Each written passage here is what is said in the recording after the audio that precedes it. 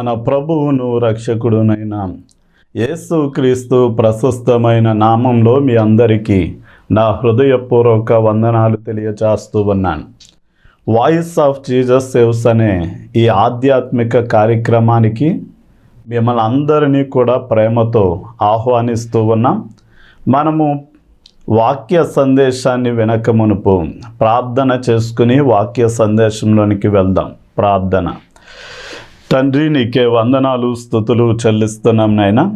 ఈ సమయమందు ఎవరైతే వాయిస్ ఆఫ్ జీసస్ సేవ్స్ అనే యొక్క ఆధ్యాత్మికమైన కార్యక్రమాన్ని వీక్షిస్తూ ఉన్నారో ప్రతి ఒక్కరికి కూడా మీరు తోడై ఉండండి. నీవే సూటిగాను తేటగాను నీ బిడ్డలతో నీవు మాట్లాడండి. వారికి వినగల చెవి, గ్రహించగలిగిన హృదయం ప్రతి ఒక్కరికి కూడా మీరు దయచేయండి. అలాగే నీవు ఎన్నుకున్నటువంటి నీ సేవకునిగా నీ పక్షమున నిలిచి నీ బిడ్డలకు ఏమి బోధించాలో నీవే నీ జ్ఞానమునివ్వండి. నీ సిలువ చాటున మరుగుపరిచి నాయన ప్రతి మాటలోండి నిన్ను నీవు నీ ప్రజలకు కనుపరుచుకుని మీ నామానికి మహిమ తెచ్చుకొనండి. అలాగే నాయన ఈ టీవీ కార్యక్రమానికి స్పాన్సర్ చేసినటువంటి మల్లా రవి గారిని, స్వాతి గారిని మీరు దీవించండి. వారికి ఇచ్చిన ఇద్దరు బిడ్డలను మీరు ఆశీర్వదించి వారు ఎంతైతే ధనాన్ని ఈ టీవీ కార్యక్రమం నిమిత్తం హెచ్చించారో ఆకాశ వాక్యంలను విప్పి పట్టజాలని దీవెనలు నీ బిడ్డల మీద మీరు కుమ్మరించమని యేసు నామంలో అడిగి వేడుకుంటున్నాం తండ్రి. ఆమేన్, ఆమేన్. మనం చాలా జాగ్రత్తగా ఆలోచన చేస్తే మనం కొన్ని పరిస్థితుల్లో ఎవరు నా ఆర్థిక పరిస్థితుల నుండి నన్ను లేవనెత్తగలరు, ఎవరు నాకు వచ్చినటువంటి అనారోగ్యం నుండి నన్ను స్వస్థపరచగలరు, ఎవరు నా సమస్యలను పరిష్కరించగలరు అని మనం చాలా ఆలోచన చేస్తూ ఉంటాం. అయితే మనం హోషేయ గ్రంథం 6వ అధ్యాయం 1వ వచనం చదువుకున్నట్లయితే మనము యెహోవా యొద్దకు మరలుదము రండి, ఆయన మనలను కొట్టెను, ఆయన మనలను చీల్చివేసెను, ఆయనే మనలను స్వస్థపరచును, ఆయన మనలను కొట్టెను, ఆయనే మనలను బాగు చేయను అని వాక్యం సెలవిస్తుంది. ఉదాహరణకి ఇశ్రాయేలీల 10 గోత్రాలైనా యోధా, బెన్యామీను అనే 2 గోత్రాల యూదులనైనా ఎవరు చీల్చివేశారు, ఎవరు గాయపరిచారు అంటే వారు చేసినటువంటి పాపమే వారు చీల్చివేయబడేలా, కొట్టబడేలా చేసింది. అయితే వారిని బాగు చేసేవాడు ఎవరు అని వారు ఆలోచన చేసినప్పుడు దేవుడే మనలను బాగు చేయువాడు అని వారు గుర్తించి ఆయన వైపు తిరిగారు. ఈరోజున నీవు అనుకోవచ్చు, ఎవరు నన్ను అప్పుల ఊబిలోండి లేవనెత్తుతారు, ఎవరు నా అస్వస్థత నుండి నన్ను బాగు చేస్తారు, ఎవరు నా సమస్యలకు పరిష్కారము చూపిస్తారు, చెడిపోయిన నా బ్రతుకును తిరిగి బాగు చేసేది ఎవరు అని నీలో ఒక ప్రశ్న ఉంటే గనక ఆ ప్రశ్నకు జవాబు ఏంటి అంటే దేవుడే నిన్ను బాగు చేయువాడు అని మీరు గుర్తించాలి. ఎవరిని బాగు చేస్తాడు దేవుడు అంటే ఎవరైతే బాధలో ఉంటారో వారికి కలిగిన బాధను బట్టి దేవుని వైపు తిరిగినప్పుడు దేవుడు వారిని బాగు చేస్తాడు. అంటే పడిపోయిన ప్రాకారములను తిరిగి కట్టినట్లుగానే పడిపోయిన లేక పాడైపోయినటువంటి జీవితాలను కూడా దేవుడు మాత్రమే బాగు చేస్తాడు అని మీరు ఆయన వైపు తిరిగి ఆయన సహాయాన్ని కోరుకోగలిగితే ఆయన నిన్ను బాగు చేసేటటువంటి దేవుడై ఉన్నాడు. ఉదాహరణకి మనం ఆయన ఎలా బాగు చేస్తాడు అనే ప్రశ్న వేసుకుంటే కొన్ని మార్గాలను మీ ముందుంచుతాను.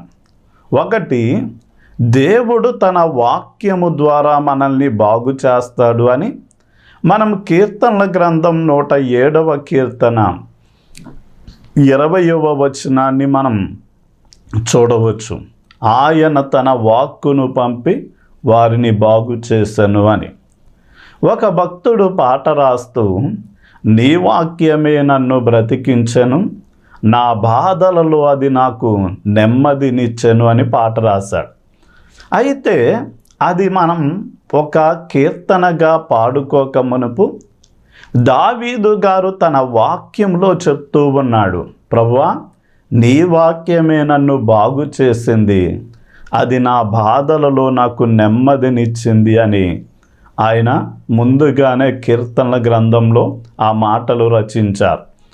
ఈ రోజున దేవుడు ఎలా బాగు చేస్తాడు అంటే, మాకు తెలిసినటువంటి ఒక విశ్వాసురాలుంది.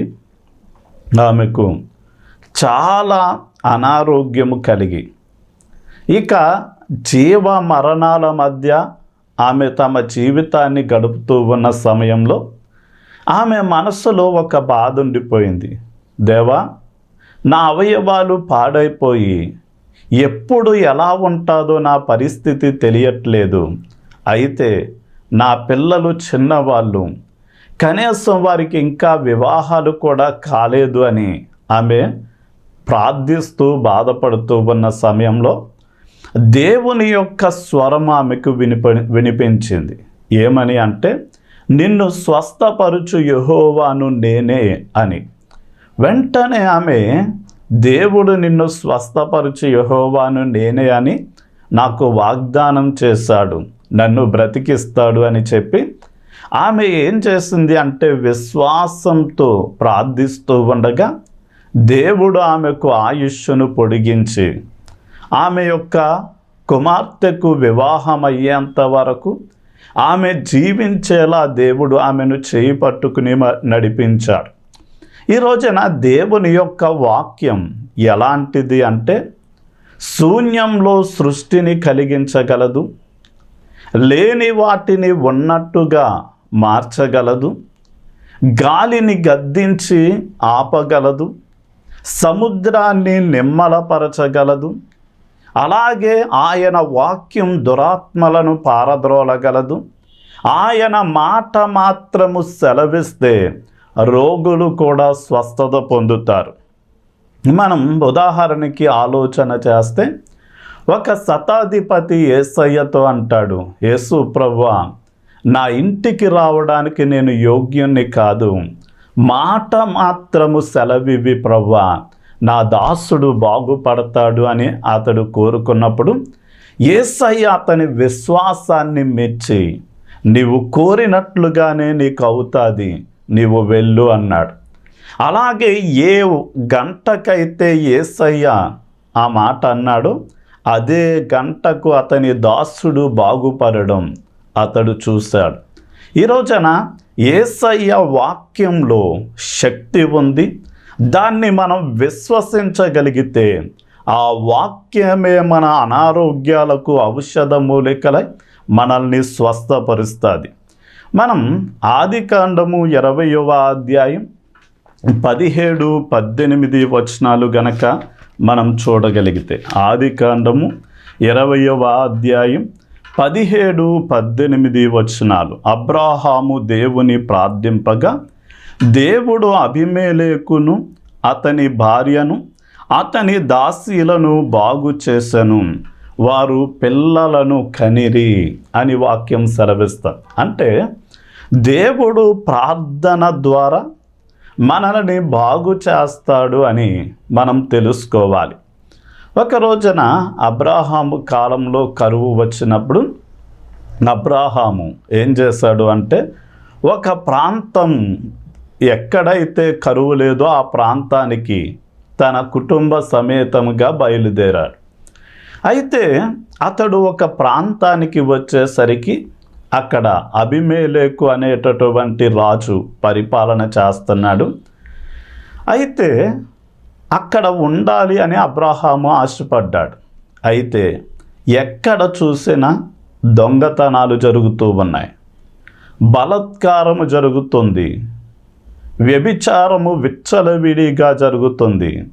ఎక్కడ చూసినా హత్యలు లాంటివి జరగడం చూసి వెంటనే అతడు మనస్సులో భయకంపితుడై తన భార్యతో అంటున్నాడు, సారా, ఇక్కడ ఏ మాత్రం ప్రజలలో దేవుని భయము భక్తి లేదు.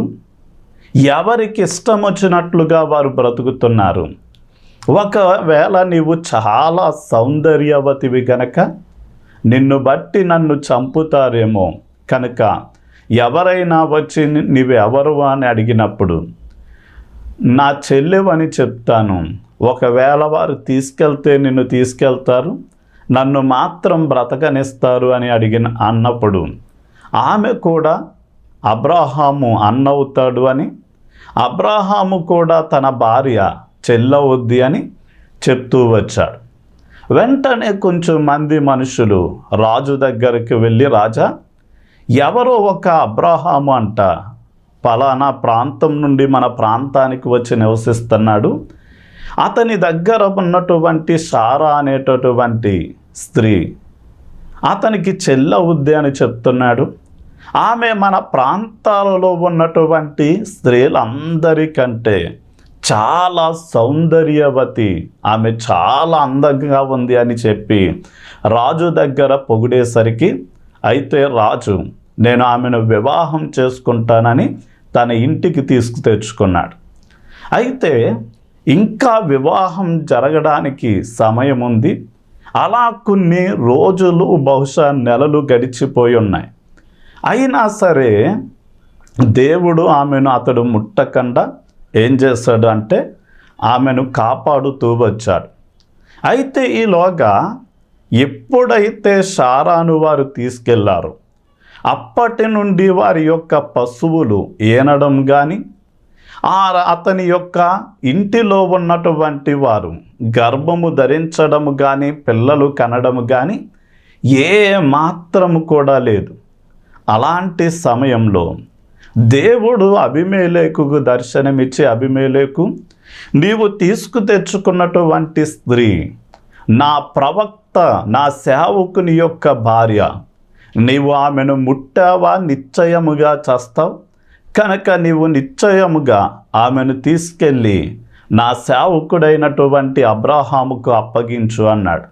అయితే అతడు ఉదయమే లేచి తను ఆ సారాను తీసుకెళ్ళి అబ్రాహాముకు అప్పగించి తను జాగ్రత్త పడ్డాడు. అయితే అబ్రాహాము తన భార్య సారాను చేర్చుకుని అబీమెలెకు గురించి ప్రార్థన చేసినప్పుడు దేవుడు అబ్రాహాము ప్రార్థన విని అబీమెలెకు ఇంటి వారిని బాగు చేసి, వారి ఇంటిలో ఉన్న పశువులు ఈనేలా, వారింటిలో ఉన్నటువంటి వివాహమైన స్త్రీలు గర్భము ధరించి పిల్లలు కనేలా దేవుడు వారిని బాగు చేశాడు. అందుకనే మనలో ఎవరికైనా సంతోషము కలిగితే మనము పాటలు పాడి దేవుణ్ణి ఆరాధించాలి, స్తుతించాలి. అయితే మనలో ఎవరికైనా బాధ కలిగితే గనక మనము ప్రార్థన చేయాలి. మనకి ఇంకా ప్రార్థన అవసరత ఉంది అనుకుంటే మన సంఘ సేవకుడిని, విశ్వాసులను పిలిపించుకుని మన నిమిత్తం ప్రార్థన చేస్తే ప్రార్థన వినిన దేవుడు మనని, మన కుటుంబాలను స్వస్థపరుస్తాడు అని తెలుసుకోవాలి. మనం మొదటి సమూయేలు గ్రంథం 16వ అధ్యాయాన్ని గనక మనము చూడగలిగితే, మొదటి సమూయేలు గ్రంథం 16వ అధ్యాయం 23వ వచనం, దేవుని వద్ద నుండి దురాత్మ వచ్చి సౌలును పట్టినప్పుడల్లా దావీదు సితారా చేత పట్టుకొని వాయింపక దురాత్మ అతనిని విడిచిపోయెను, అతడు సేద తీరి బాగాయను, అతడు సేద తీరి బాగాయను.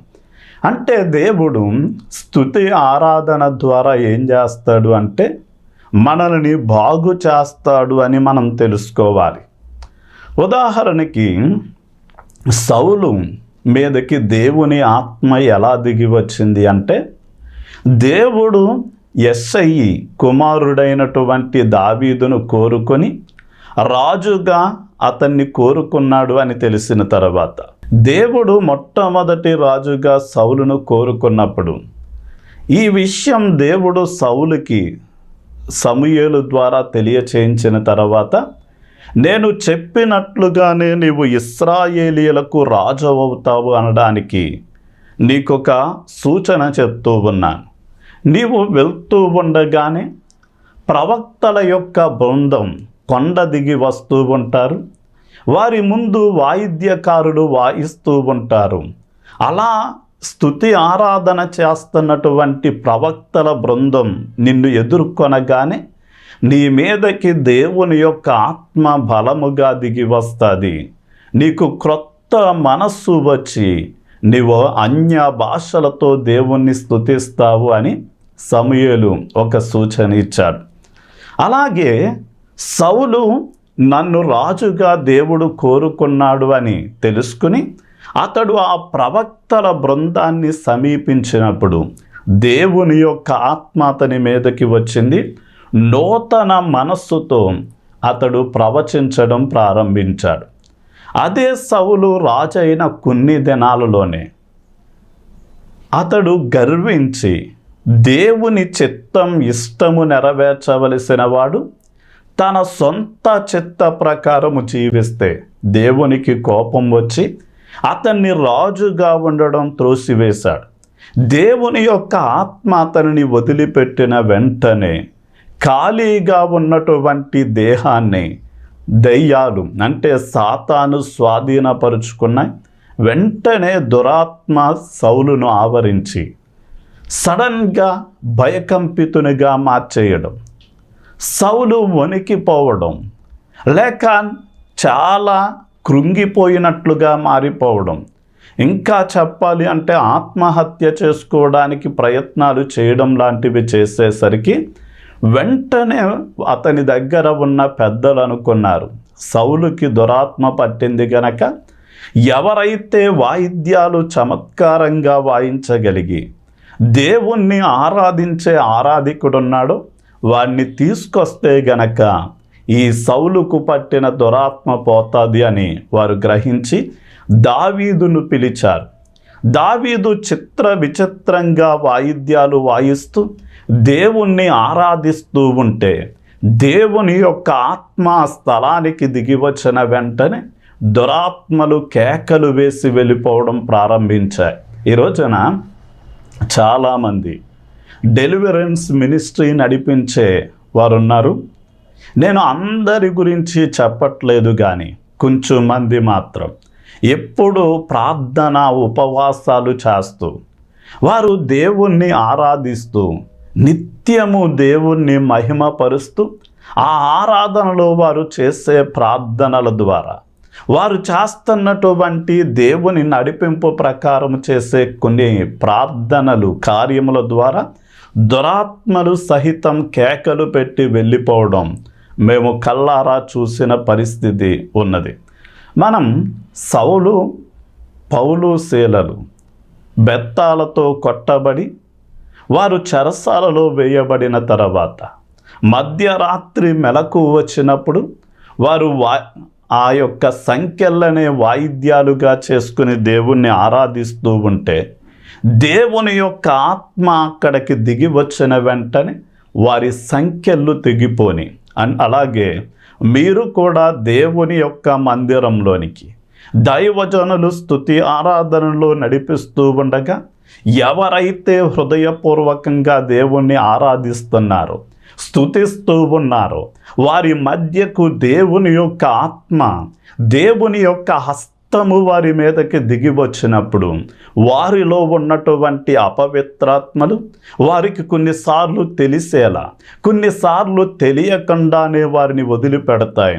వారిని ప్రతి విధమైన కట్ల నుండి సంఖ్యల నుండి కాడిమాను మ్రోకుల నుండి విడిపించబడి వారు స్వాతంత్ర్యం కలిగిన వారిగా మార్చబడతారు.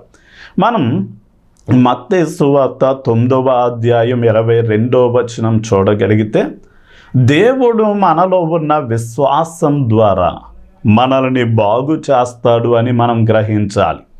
ఉదాహరణకి మనం చాలా జాగ్రత్తగా ఆలోచన చేస్తే ఒక 12 సంవత్సరాలుగా ఎంతమంది వైద్యుల దగ్గరకు వెళ్ళినా బాగుపడనటువంటి ఒక రోగగ్రస్తమైన స్త్రీ యేసయ్య వస్త్రపు చెంగు ముడితే చాలు నేను బాగుపడతానని ఆయన గురించి విని ఎప్పుడైతే విశ్వాసంతో వచ్చిందో ఆయన వస్త్రపు చెంగు ముట్టిన వెంటనే ఆమె బాగుపడినట్లుగా మనం చూడవచ్చు.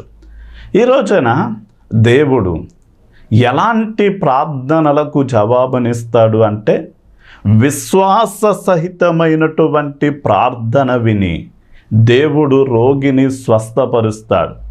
కొన్నిసార్లు మన వ్యక్తిగతమైన విశ్వాసాన్ని బట్టి పరచొచ్చు. కొన్నిసార్లు ఒకవేళ రోగిలో విశ్వాసం లేకపోయినా ఎవరైతే వారిని దేవుని యొద్దకు నడిపిస్తున్నారో అలాంటి వారి యొక్క విశ్వాసాన్ని బట్టి రోగిని స్వస్థపరచవచ్చు. అంటే మనం వ్యక్తిగతంగా అలాగే సంఘముగా విశ్వాసంతో ప్రార్థన చేసినప్పుడు మన విశ్వాసాన్ని చూసినటువంటి దేవుడు ఏం చేస్తాడు అంటే స్వస్థత, విడుదల ఇస్తాడు. అలాగే మనం 1 కొరింథీ పత్రిక 12వ అధ్యాయం 28వ వచనం ప్రకారం దేవుడు దైవజనుల ద్వారా స్వస్థతనిస్తాడు అని మనం గ్రహించాలి. అంటే అనేకమైన వరాలు ఇవ్వబడ్డాయి. అందులో దేవుడు ప్రత్యేకించి స్వస్థపరిచేటటువంటి వరాన్ని కూడా దేవుడు కొంచెం మంది వ్యక్తులకు ప్రత్యేకంగా సేవకులకి ఇస్తూ ఉంటాడు. అంత మాత్రమే కాదు, ప్రతి సేవకునికి దేవుడు ఏం చేశాడు అంటే దురాత్మల మీద అధికారం, స్వస్థపరిచేటటువంటి అధికారాన్ని ఇచ్చి అపోస్తులుడైనటువంటి వారిని సేవ చేయడానికి పంపించాడు.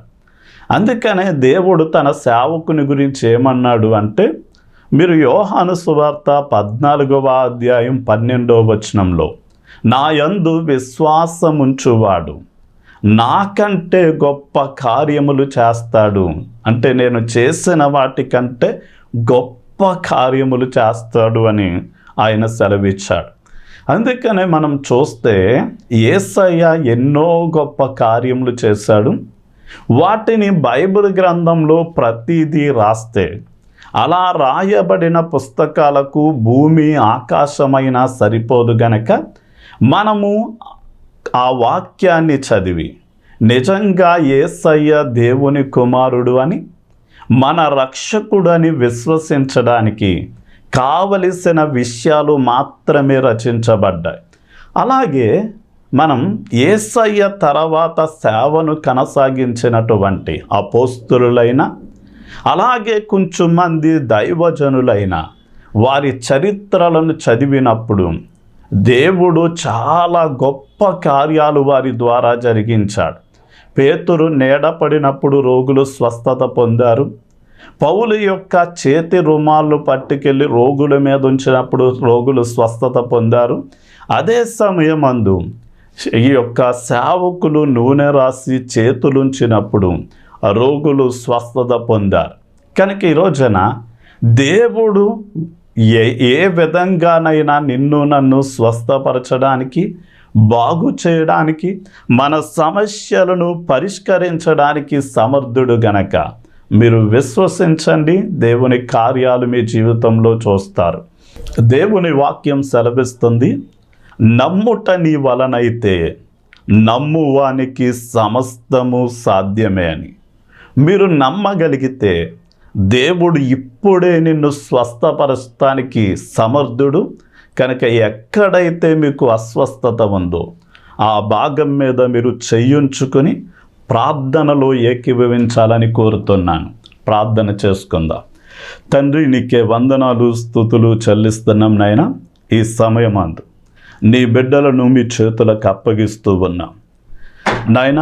నిన్ను స్వస్థపరచు యెహోవాను నేనే అని మీరు సెలవిచ్చారు.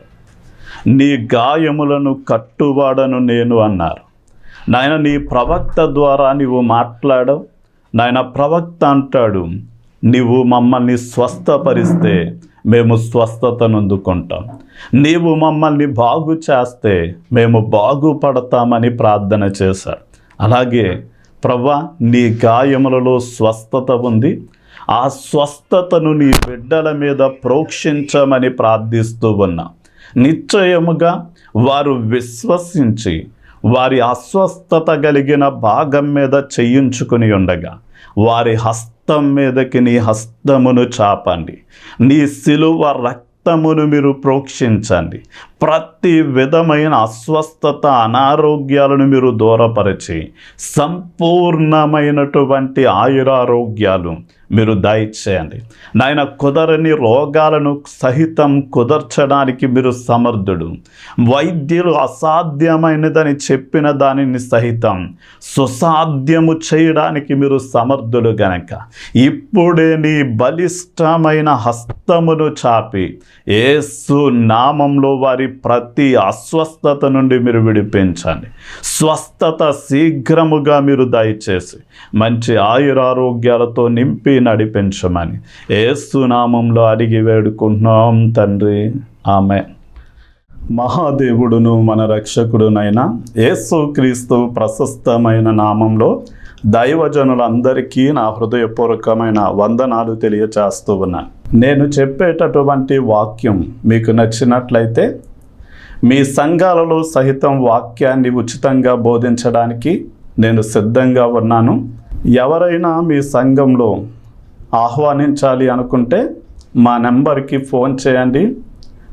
నా పేరు శామ్యూల్ విక్రమ్. Phone number 9676752996.